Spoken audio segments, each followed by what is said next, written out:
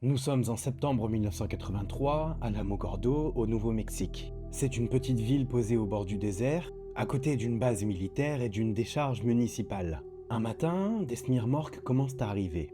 Ils viennent d'un entrepôt d'El Paso, au Texas, à 1h30 de route. On parle de 14 camions d'après le New York Times de l'époque. Personne ne sait ce qu'il y a vraiment dedans, et la décharge n'a pas été choisie au hasard. Ici, la récupération est interdite, et les déchets sont écrasés puis enfouis.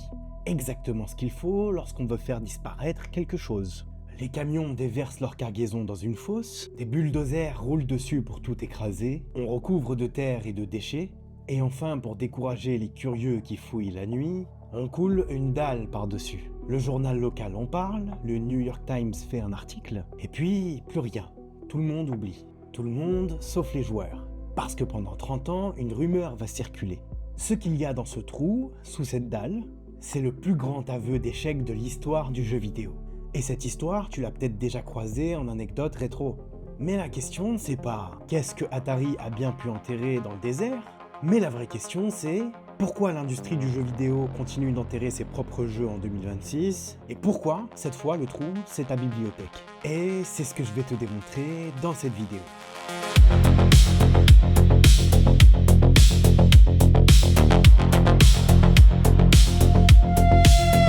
Pour comprendre ce qu'il y a dans ce trou, il faut remonter un an avant 1982. Cette année-là, deux empires se croisent. Au cinéma, E.T. de Spielberg devient le plus gros carton de l'année. Et dans les salons, Atari règne sur le jeu vidéo. La console 2600 est partout, l'argent coule à flot. Et la maison mère Warner voit le jeu vidéo comme une machine à billets infinie. Alors, quand Atari décroche les droits du film de l'année, tout le monde pense au jackpot. Et le prix payé pour la licence est plus de 20 millions de dollars. C'est énorme pour l'époque. En 1982, c'est une somme délirante pour un jeu vidéo. Et il faut voir ce qu'est Atari à ce moment-là. La boîte est au sommet, au point de porter une part énorme de profit de tout le groupe Warner. Le jeu vidéo n'est plus un gadget de salon. C'est le moteur financier d'un géant du divertissement. Personne, à aucun étage, n'imagine que la machine puisse caler. Sauf qu'il y a un détail. Le deal se signe fin juillet. Et le jeu doit être en rayon pour Noël. Une fois la paperasse réglée, il reste environ 5 semaines pour développer le jeu. 5 semaines pour quelque chose qui demande à minima 6 mois. Et le pire, c'est que ce délai impossible repose sur les épaules d'un seul développeur. Mais le mec accepte le défi, il s'enferme, jour et nuit, il code le jeu entier. Là où une équipe normale aurait à peine fini un prototype. Le jeu finit par sortir pour Noël 82 et c'est une catastrophe industrielle. Le gameplay est incompréhensible, le personnage passe son temps à tomber dans des trous, les gamins qui le déballent au pied du sapin n'y comprennent rien. Les parents le rapportent au magasin et la presse ricane. Et encore aujourd'hui, il est cité comme un des pires jeux vidéo de l'histoire. Mais le vrai problème, c'est pas la qualité, c'est l'arithmétique. Atari a fabriqué des millions de cartouches en pariant sur un raz-de-marée. Sauf que le raz-de-marée n'a pas eu lieu, les invendus s'entassent, les magasins renvoient la marchandise par palettes entières, et l'entrepôt d'El Paso déborde de cartouches dont personne ne veut. Le jeu payé au prix d'un blockbuster, fabriqué comme un blockbuster, est devenu invendable en quelques semaines. Voilà ce qu'Atari a sur les bras au début de 1983. Alors que faire d'une montagne de cartouches invendables ? La réponse d'Atari, c'est celle qu'on a vue en ouverture. On creuse un trou dans le désert et on fait disparaître le problème. D'après les estimations documentées, environ 700 à 800 000 cartouches et du matériel partent sous terre. Et pas que des E.T. Des Pac-Man, des centipèdes, des astéroïdes, des consoles, des manuels. Atari n'enterre pas un jeu raté. Atari enterre son propre stock, comme on solde une faillite. Et c'est exactement ce qui est en train de se passer. Parce qu'en toile de fond, 1983, c'est l'année où toute l'industrie américaine du jeu vidéo s'effondre. Trop de consoles, trop de jeux médiocres, trop de promesses. Le marché passe de 3 milliards de dollars à une centaine de millions en moins de 2 ans. Ça représente moins 97%. Et pour te donner l'ambiance de l'époque, ça donne des jeux vidéo bradés de 40 $ à 5 $ dans les bacs des supermarchés. Des consoles soldées à perte et des cartouches publicitaires fabriquées pour vendre des croquettes pour chiens. Oui, ça existait. Le marché s'était transformé en décharge bien avant celle d'Alamogordo. Atari à elle seule perd plus d'un demi-milliard de dollars sur l'année. C'est des dizaines de boîtes qui disparaissent. Il faudra attendre Nintendo pour que le jeu vidéo ressuscite en Occident. Le trou d'Alamogordo, c'est la tombe symbolique de ce premier empire. Mais voilà le plus intéressant. Cette histoire, pourtant couverte par la presse à l'époque, elle va s'effacer des mémoires. Et en s'effaçant, elle va muter. La rumeur devient Atari a enterré des millions de cartouches de E.T. Les chiffres gonflent, les détails se perdent et Atari dément. Et le décor fait le reste. Un secret enfoui dans le désert du Nouveau-Mexique à une centaine de kilomètres de Roswell, la capitale mondiale des théories sur les ovnis. Un extraterrestre enterré par une multinationale près de Roswell.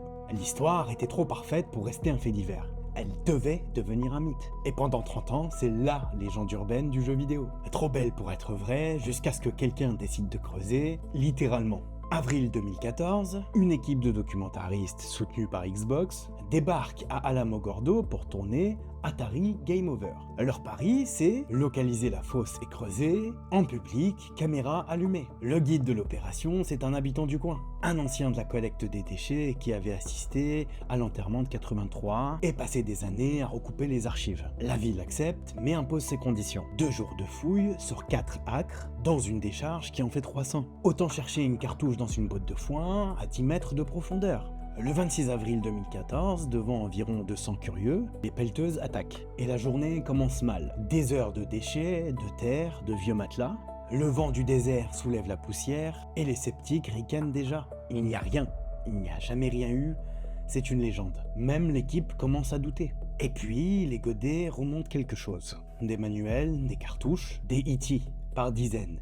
Puis par centaines. Le réalisateur en brandit une devant la foule comme un trophée. Les gens crient, filment, une fouille d'ordures est en train de devenir un moment d'histoire du jeu vidéo. Au total, plus de 1300 cartouches sont récupérées et documentées. Et la ville, Malines, avait négocié sa part avant de signer. 250 cartouches ou 10% de la récolte. La légende était vraie, depuis le début. Et le plus savoureux, interrogé ce jour-là, Atari indique qu'ils n'ont aucune connaissance de cette histoire. L'entreprise a si bien enterré sa honte qu'elle avait fini par l'oublier elle-même.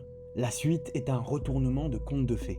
La ville met les cartouches aux enchères. Les 100 premières partent pour 37 000 $. Et la plus chère, une E.T. dans sa boîte, se vend 1537 $. Des cartouches enterrées entrent au Smithsonian. Le déchet le plus célèbre du jeu vidéo est devenu du patrimoine national. L'industrie avait enterré sa plus grosse honte, et la honte est devenue un trésor. Et avant de te montrer pourquoi cette histoire est en train de se répéter sous tes yeux, oublie pas de lâcher un like et de t'abonner pour me soutenir. En dehors des formats longs, je fais des vidéos courtes tous les jours, et je m'efforce de décoder la machine pour toi. Parce que tu te dis peut-être que c'est une histoire d'un autre siècle, alors regarde ce qui s'est passé il y a 2 ans. The Crew, un jeu de course d'Ubisoft qui est sorti en 2014. Vendu en boîte et en démat, il y a des millions de joueurs. Fin 2023, Ubisoft le retire des boutiques. Et le 31 mars 2024, les serveurs ferment. Et comme le jeu exigeait une connexion permanente, même pour jouer seul, il devient totalement injouable. Pas dégradé, mais complètement mort. Et le vrai choc arrive dans les jours qui suivent. Ubisoft révoque les licences des joueurs. Le jeu disparaît des bibliothèques des gens qui l'avaient acheté. On parle pas d'un jeu loué, on parle pas d'un abonnement, mais d'un jeu qui a été acheté. Et en fouillant les conditions d'utilisation, des joueurs découvrent une clause. Cette clause leur demande de détruire leur copie du jeu une fois le support terminé. Est-ce que tu vois le parallèle? En 1983, Atari enterrait ses invendus, son propre stock, sa propre honte. En 2024, on efface des jeux dans ta bibliothèque que tu as payé. Il n'y a plus besoin de 14 camions ni d'une dalle. Une licence révoquée, c'est du béton invisible. Et ça coûte 0. Regarde l'année 2024 en entier. Concorde, le jeu de tir de Sony. Des années de développement, un budget de blockbuster, une sortie fin août et des serveurs coupés 2 semaines plus tard. 14 jours d'existence. Sony rembourse tout le monde et efface le jeu comme s'il n'avait jamais existé. Au moins, Atari avait attendu que ces jeux soient vieux. Le modèle s'installe. Des jeux-services fermés parfois quelques mois après leur lancement, des serveurs coupés qui emportent des œuvres entières. D'après une étude de la Video Game History Foundation, environ 87% des jeux sortis avant 2010 aux États-Unis ne sont plus disponibles commercialement. L'écrasante majorité de l'histoire de ce médium est déjà sous la dalle. Et fais le test toi-même, là, ce soir. Ouvre ta bibliothèque Steam, PlayStation ou Ubisoft et regarde combien de tes jeux exigent une connexion pour se lancer. Chacun de ces titres vit avec une date d'expiration que tu ne connais pas, écrite dans un tableur que tu ne verras jamais. Tu ne possèdes pas ces jeux, tu attends leur enterrement. Mais cette fois, contrairement à 1983, les joueurs ont vu le camion passer. Et ils ont répondu. Avril 2024, dans la foulée de The Crew, un vidéaste lance le mouvement Stop Killing Games. L'idée est simple, quand un éditeur abandonne un jeu, il devrait le laisser dans un état jouable. Le mouvement devient une initiative citoyenne européenne officielle. Le résultat, 1 294 188 signatures validées, remises à la Commission européenne en janvier 2026. Audition au Parlement européen en avril, débat en plénière en mai. 1 300 000 citoyens qui posent une seule question. Quand j'achète un jeu, est-ce qu'il est à moi? Et le 16 juin 2026, la réponse de Bruxelles tombe. C'est non. Il n'y a aucune obligation légale pour les éditeurs. La Commission estime qu'elle ne peut pas l'imposer. À la place, un code de conduite volontaire, négocié avec l'industrie d'ici 2026. Un engagement sur l'honneur, demandé à ceux-là même qui coupent les serveurs. Pendant ce temps, en France, l'UFC Que Choisir a assigné Ubisoft en justice pour The Crew, et cela devant le tribunal de Créteil. Et les fans, eux, n'ont pas attendu. Une équipe a reconstruit un émulateur de serveur et a ressuscité le jeu, accompagné de cette phrase magnifique. Plus personne ne pourra vous l'enlever maintenant. Et le mouvement n'a pas rendu les armes. Ses fondateurs poussent leurs demandes dans d'autres textes européens en préparation. Et jusqu'en Californie, où une loi sur la protection des joueurs fait son chemin. Le nom de Bruxelles a fermé une porte, mais il n'a pas fermé le dossier. Alors prends 2 secondes et regarde la machine en face. Pourquoi une industrie enterre-t-elle ses propres œuvres? En 1983, la réponse était comptable. Détruire les invendus pour acter les pertes et repartir. En 2026, la réponse est structurelle. Tu n'achètes plus un jeu, tu achètes une licence révocable. Un serveur coûte de l'argent. Un vieux jeu vivant fait de l'ombre au suivant. Et une bibliothèque qui peut être vidée à distance, c'est une clientèle qui rachète. Ajoute la couche la plus cynique, la mémoire d'un jeu se monétise mieux à 70 balles avec le remaster 10 ans après, plutôt qu'à un serveur qui tourne pour 3000 fidèles. L'enterrement n'est pas un accident de l'histoire, c'est un modèle économique. Hier, il fallait un désert, aujourd'hui, il tient dans une mise à jour des conditions d'utilisation. Un trou dans le désert du Nouveau-Mexique et 30 ans de déni, c'était visible, c'était grossier, mais c'est devenu un musée. Le trou de 2026, lui, il est invisible. Il est dans ta bibliothèque et personne ne viendra jamais le déterrer avec une pelleteuse. Bienvenue dans la machine. Alors la question, je te la pose à toi. Le jeu vidéo que t'as acheté, c'est à toi pour toujours? Ou c'est une location qui n'ose pas dire son nom? Dis-le moi en commentaire, je lis tout. N'hésite pas à me soutenir sur mes différents réseaux. La chaîne est encore jeune, notamment sur YouTube, et j'espère pouvoir te raconter des histoires comme ça encore longtemps. À bientôt sur Quantic Studio.